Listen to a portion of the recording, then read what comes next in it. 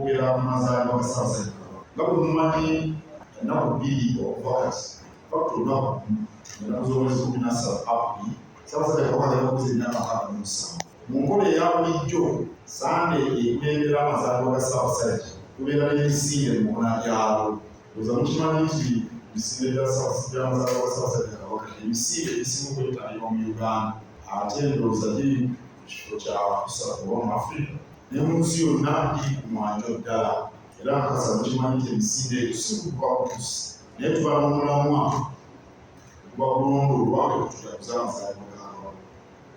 Kati emyaka 3 eri emabega tubadde tumulamwa Lwandisa Mukenenya kubanga wa Mutanda yalondebwa aba kibiina kya Mwana Mugatte Lwandisa Mukenenya UNAIDS okubeera emunyeeyo Lwandisa Mukenenya mu kitundu kino ekya Ssemazinga wa Afrika tumugobewo obutasukka mwaka 2023.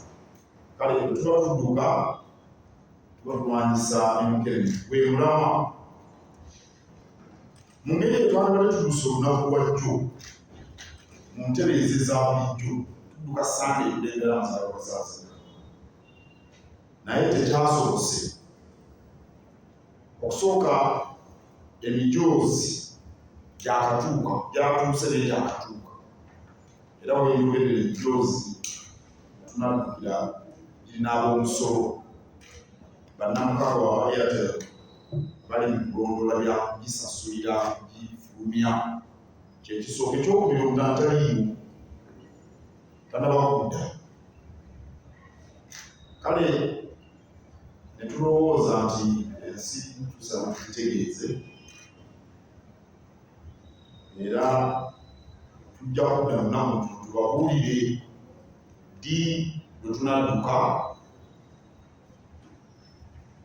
Tusuubira okudduka mu mwezi ogwokutaano naye tujja kujja tubabuulire nga n'emijoozi tumaze okuvaayo nga n'Omutanda waali. Awo nno tubasaba mutegeeze Obuganda n'ensi yonna abantu baleme kwebuuza lwaki tetwatuse.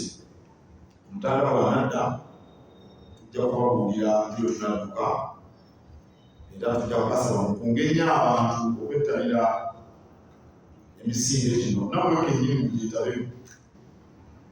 CBS FM.